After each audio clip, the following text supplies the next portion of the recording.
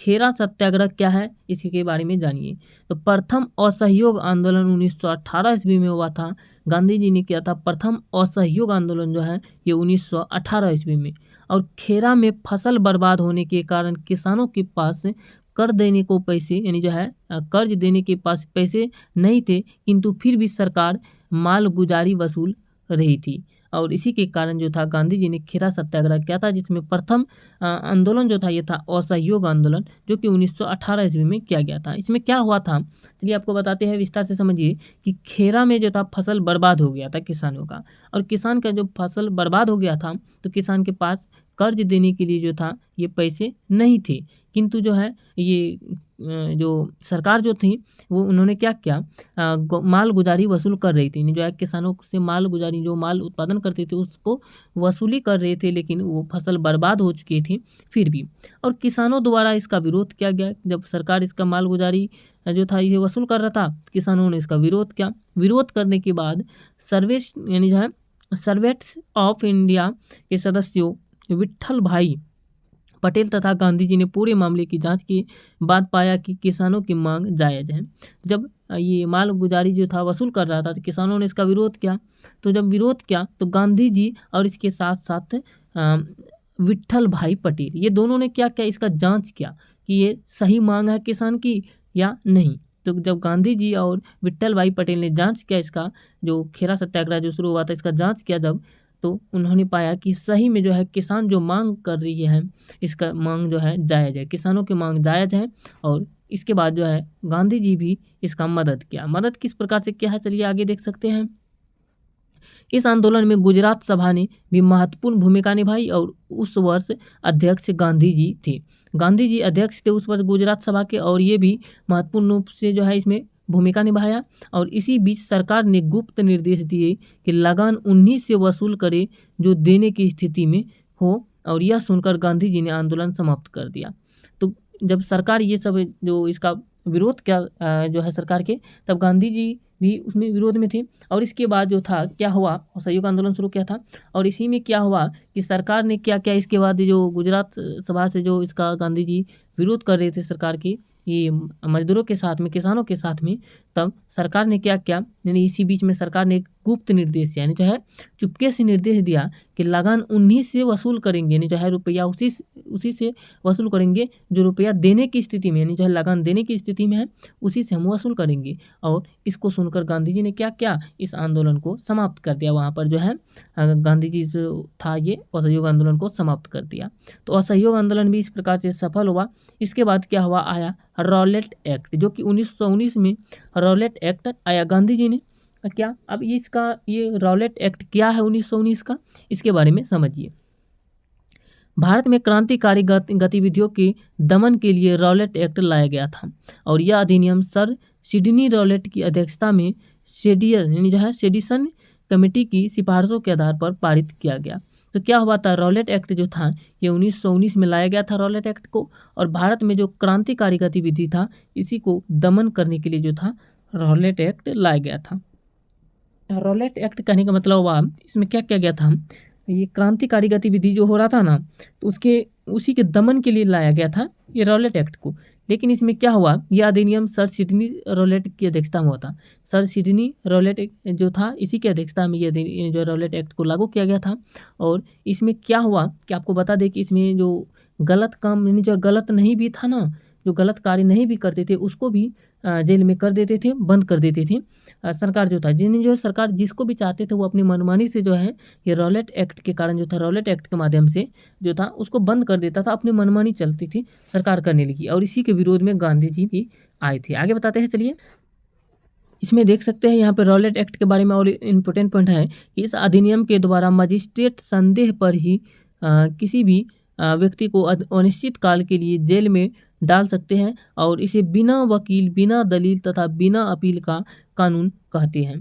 तो ये Rowlatt act जो था इस कानून जो है रॉलेट एक्ट को बिना वकील का और बिना दलील का और बिना अपील का कानून कहते थे। यानी जो है कोई गवाह नहीं, कोई वकील नहीं, कोई अपील नहीं, तो इस प्रकार से जो उसको एक कानून कहा जाता था रॉलेट एक्ट। इसमें क्या किया जाता था, इसके द्वारा मजिस्ट्रेट जो था इसको किसी पर भी अगर संदेह होता था, किसी पर भी संदेह हुआ, उस व्यक्ति को अनिश्चित काल के लिए जेल में डाल देते थे। यानी कि कभी भी, हमेशा के लिए चाहे तो हमेशा के लिए, कुछ देर के लिए चाहे तो कुछ देर के लिए, जितना देर के लिए चाहे उतना देर के लिए जेल में डाल देते थे, यानी जो है इस कानून के तहत। और इसे जो है काला कानून भी कहा जाता है।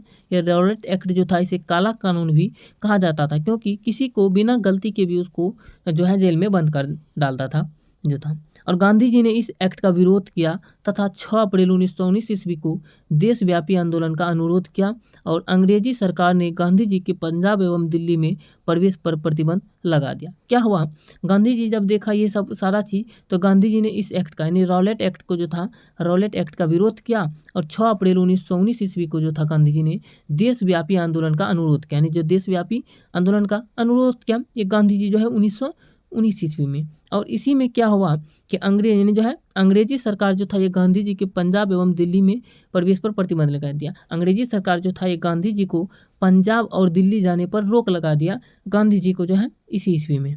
और इसके बाद क्या हुआ, आगे देख सकते हैं कि 9 अप्रैल को गांधी जी को दिल्ली में प्रवेश के साथ ही गिरफ्तार कर लिया। जैसे ही इस पे गांधी जी को दिल्ली और पंजाब पर प्रवेश यानी जाने पर उसको रोक लगा दिया गया, प्रतिबंध लगा दिया गया, तो गांधी जी जैसे ही 6 अप्रैल को गांधी जी ने दिल्ली में प्रवेश किया, दिल्ली में प्रवेश करने के साथ ही गांधी जी को गिरफ्तार कर लिया अंग्रेजी सरकार ने जो था। और इससे जनता का आक्रोश और बढ़ गया। जैसे ही गांधी जी को गिरफ्तार किया, जनता जो था ये सारा आक्रोश में आ गया और अंग्रेजों के खिलाफ और आगे आ गया। इसी से जो था इसको रॉलेट एक्ट को हटाना पड़ा, बाद में जो है रॉलेट एक्ट को हटाना पड़ा। आगे चलिए और भी बताते हैं अब जलियांवाला बाग हत्याकांड के बारे में। जलियांवाला बाग हत्याकांड जो 13 अप्रैल 1919 ईस्वी को हुआ था। ये 9 अप्रैल को जैसे ही गांधी जी को जो प्रवेश किया वहाँ पे दिल्ली में, तो उसको गिरफ्तार कर लिया, और इसके बाद जनता का आक्रोश और बढ़ गया, जनता का आक्रोश जो ये बढ़ गया। और क्या हुआ, इसके बाद आया जलियांवाला बाग हत्याकांड 13 अप्रैल 1919 ईस्वी को, यानी जो है 13 अप्रैल 1919 ईस्वी को जलियांवाला बाग हत्याकांड हुआ। इसमें क्या हुआ, चलिए आगे देख सकते हैं, यहाँ पे बताते हैं जलियांवाला बाग हत्याकांड के बारे में। कि 9 अप्रैल को पंजाब के 2 लोकप्रिय नेता, यानी जो है 9 अप्रैल को पंजाब गांधी जी के जेल होने के बाद, यानी जो गिरफ्तार होने के बाद 9 अप्रैल को पंजाब के 2 लोकप्रिय नेता थे। एक का नाम था डॉक्टर सैफुद्दीन, और दूसरा का नाम था किचलू, तथा यानी जो डॉक्टर सैफुद्दीन किचलू तथा दूसरा का नाम था डॉक्टर सत्यपाल। ये दोनों को गिरफ्तार कर लिया। यानी जब पंजाब में भी क्या डॉक्टर सैफुद्दीन किचलू तथा डॉक्टर सत्यपाल को जो था गिरफ्तार कर लिया। और इसके बाद इनकी गिरफ्तारी के विरोध में 13 अप्रैल को बैसाखी के दिन जो था अमृतसर के जलियांवाला बाग में एक सभा आयोजित हुई। जो है पंजाब में भी 2 व्यक्ति को गिरफ्तार कर लिया 9 अप्रैल को, डॉक्टर सैफुद्दीन किचलू तथा डॉक्टर सत्यपाल को। और इसके गिरफ्तार होने के बाद जो था गिरफ्तारी के विरोध में जो था 13 अप्रैल को बैसाखी के दिन जो था अमृतसर में जलियांवाला बाग के में जो था एक सभा आयोजित किया। और अमृतसर के फौजी कमांडर जनरल डायर ने निहत्था जनता पर जो था गोलियां चलवा दी। क्या हुआ, जब वहाँ पर सभा आयोजित किया तो वहाँ पर तभी अमृतसर का जो फौजी का कमांडर जो था वो था जनरल डायर जो था, ये फौजी का कमांडर था वहाँ पर अमृतसर में। उन्होंने क्या किया, निहत्थी जनता पर, जो जनता वहाँ जो जितने भी जनता वहाँ पर गए थे निहत्था गए थे, कोई भी हथियार लेकर के नहीं गया था, वहाँ पे सभा करने के लिए गया था, और उस पर गोली चलवा दिया ये जनरल डायर ने। उन्हें जो अमृतसर में फौजी कमांडर था ये जनरल डायर, इसी ने जो था उस पर गोली चलवा दिया। जब गोली चलवाया तो उसके बाद जो था आंकड़ों के अनुसार मरने वाले लोगों की संख्या 379 थी, लेकिन वास्तव में इससे कहीं ज़्यादा लोग मारे गए। गांधी जी को लगा कि कहीं पूरा देश इसकी चपेट में ना आ जाए, अतः इन्होंने 18 अप्रैल को आंदोलन वापसी की घोषणा की। क्या हो, यानी जो है 18 अप्रैल को आंदोलन वापसी की घोषणा की। गांधी जी ने क्या किया, जैसे ही वहाँ पर गोलियां चलवाया जनरल डायर ने तो जो अमृतसर में, इसके बाद क्या हुआ कि इसमें जो था 379 लोग जो था ये मारे गए। लेकिन इसमें रिपोर्ट दिया गया 379 लोगों का ही, लेकिन उसमें और भी अधिक लोग जो था ये मारे गए थे। गांधी जी को लगा कि ये पूरा देश जो है इसके चपेट में आ जाएगा, इसीलिए जो है गांधी जी ने 18 अप्रैल को वो आंदोलन को वापस कर लिया। यानी जो है गांधी जी ने ये आंदोलन जो चलाया था इसको वापस कर लिया, और ये आंदोलन जो था गांधी जी का सफल नहीं हो पाया। और इस नरसंहार के बाद रविंद्रनाथ टैगोर ने नाइट की उपाधि वापस कर दी। तो नाइट की उपाधि जो था गांधी ये रविंद्रनाथ टैगोर जो था इन्होंने भी क्या इसके बाद जो था नाइट की उपाधि वापस कर दिया और शंकर नायर ने वायसराय कार्यकारिणी को त्याग पत्र दे दिया और इस हत्याकांड की जांच हेतु कांग्रेस ने मदन मोहन मालवीय की अध्यक्षता में एक समिति की नियुक्ति की थी। क्या हुआ कि ये जब वापस लिया तो ये गांधी जी का जो था जलियांवाला बाग हत्याकांड जो हुआ था, इसका ये आंदोलन जो था ये सफल नहीं हो पाया था। चलिए आगे और भी बताते हैं।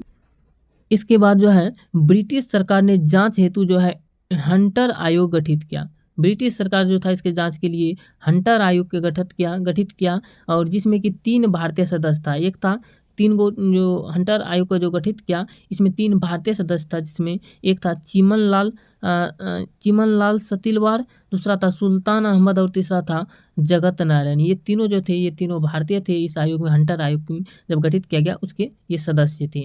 और सजा के तौर पे जो है सजा के तौर पर जो है जनरल डायर को जो है नौकरी से बर्खास्त कर दिया। यानी जो है जनरल डायर ने जो है ये जो गोली चलवाया था वहाँ पर, तो इसके बाद जो है इसका जांच जब किया गया, ये गांधी जी भी इसको 18 अप्रैल को जो है इसको वापस ले लिया। इसके बाद जब इसका जांच करवाया गया हंटर आयोग के द्वारा गठित करके ब्रिटिश सरकार के द्वारा, तो इसमें 3 भारतीय सदस्य भी था। एक था चिमन लाल सतिलवार और दूसरा था सुल्तान अहमद और तीसरा था जगत नारायण। ये तीनों भी इसका सदस्य था।